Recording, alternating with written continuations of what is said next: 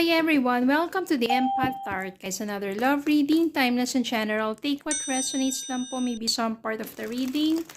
Makaresonate kayo or hindi naman kaya. Pero ano naman kaya ang ating love connections, mga aral at gabay sa buhay pag-ibig? Ano kaya ang nais parating sa atin? Ang reading na ito. Tignan po natin.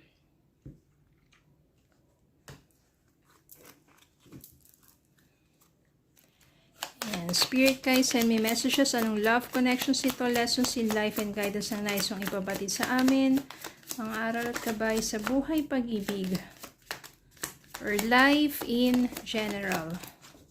Tignan muna natin itong mga unang mga mensahe.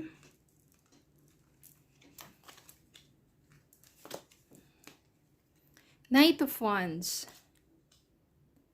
Seven of Swords. The Moon.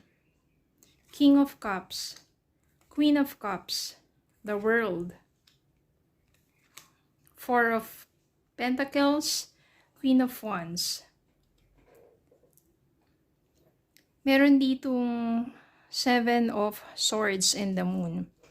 So, itong dalawang to, it indicates deception, trickery, lies, deceit, kasinungalingan, mga itinatagong katotohanan, cheating, yan. Tapos, yung moon dito signifies ang daming mga sabihin natin ditong hindi totoo, misconception, fear, takot, insecurity, anxiety. Yun yung bumabalot sa inyo ng person ninyo. Dahil sa dami ng mga tinagong katotohanan sa iyo ng person mo. Ito na yung masama dito. Ang dami na niyang mga kasalanan, mga kalokohan, cheating, lying, pero siya pa yung parang very possessive. Yung parang takot siya sa sarili niyang multo, kung ano yung mga ginagawa niyang panloloko, pag-cheat sa'yo. Pero sa'yo niya ibinabaling, sa'yo niya ibinibintang. Yung kahit sabihin mo, kaibigan mo lang yung kasama mo, pinagbibintangan ka niya kung ano na yung mga ginagawa mong kalokohan, ganun. Kung ano yung ginagawa niya, binibintang niya sa'yo. Kasi takot siya sa sarili niyang multo. At the same time, ganun siya ka-possessive. Napaka niya, controlling din niya. Pagdating din sa money, very possessive din yan. Na sabihin natin, masyado siyang mahigpit pagdating sa money. Parang pag ikaw, ang dami na niyang pinagbibintang sa'yo, saan mo ginagastos, kahit wala ka namang ginagawang masama. Pero ang totoo, siya naman talaga, nagastos niya sa mga kalokohan niya. Yun yung nangyayari doon. Kaya mabuti na lang,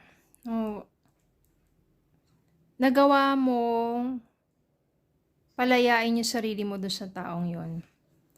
Yung Knight of Wands dito, maring ito yung kaibigan mo.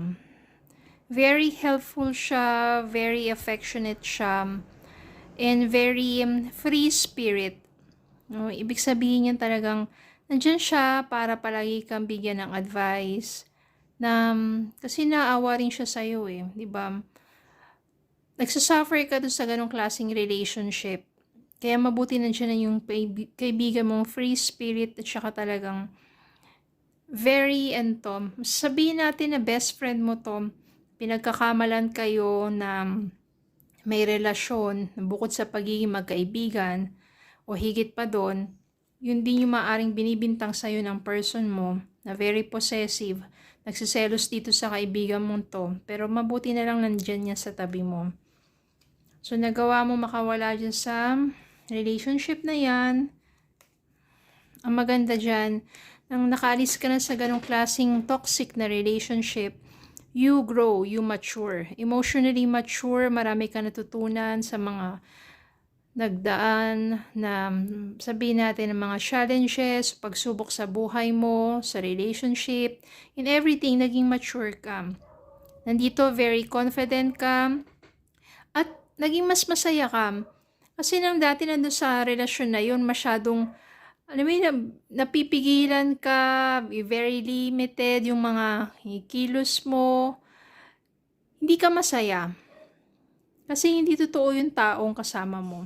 Pero dito, you become emotionally mature, you are happy, you are passionate, you become more attractive. Si Queen of Wands, maring ito kaya, no? Itong mga katangayan na to. You are nurturing, you are loving, and you are very attractive.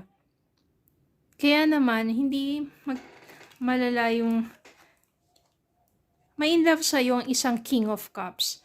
Siya yung, mature din siya, very loving, very diplomatic, very romantic to.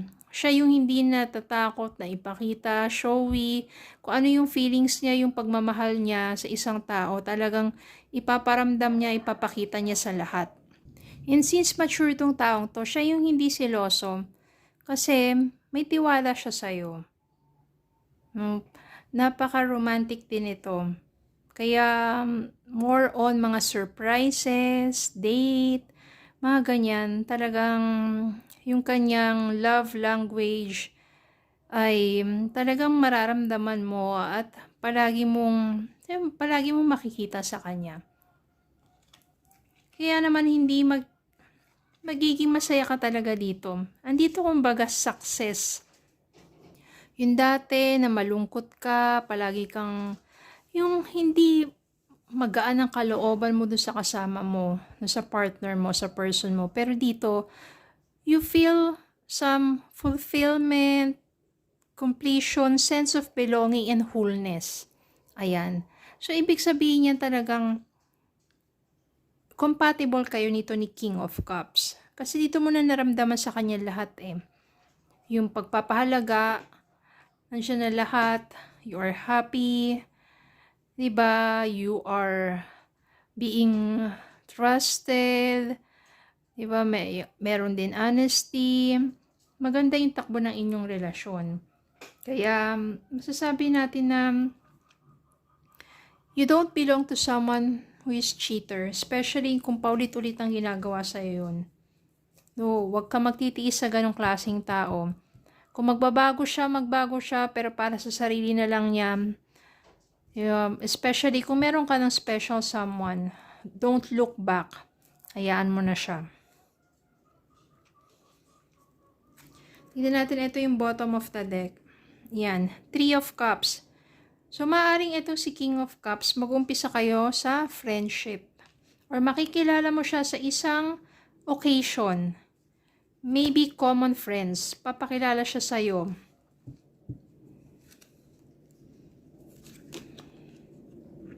Six of Wands. Positive na naman to because meaning success.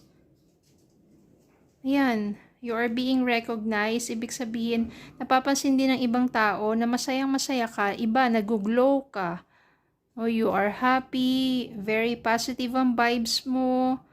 Oh, because masaya ka sa taong kasama mo. Unlike before, no, para napaka-nega ng dating mo, yung vibes mo, malungkot, 'di ba? Yung ganun, pero dito magaan, masaya. Yun ang napapasin sa'yo ng mga kaibigan mo, ng family mo. Dahil nasa tamang tao ka. Dahil kung hindi, di ba, ganun talaga eh, kapag nasa maling relasyon na, sa maling tao ka, andun din yung vibration mo, very low. Nandiyan yung sadness, nandiyan yung hindi magaan, ang pamumuhay mo, mabigat, yung mga blessings na bablock din.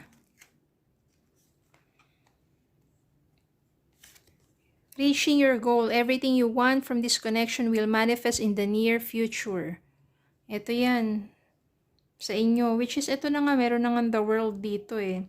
Ibig sabihin talagang, magmamanifest talaga yung relationship goal with your King of Cups and you as being Queen of Cups. Success talaga. Okay, so yun lang po. Maraming salamat po for watching. Please don't forget to like, share, comment, subscribe, follow me Facebook and YouTube. Have a good day po and God bless.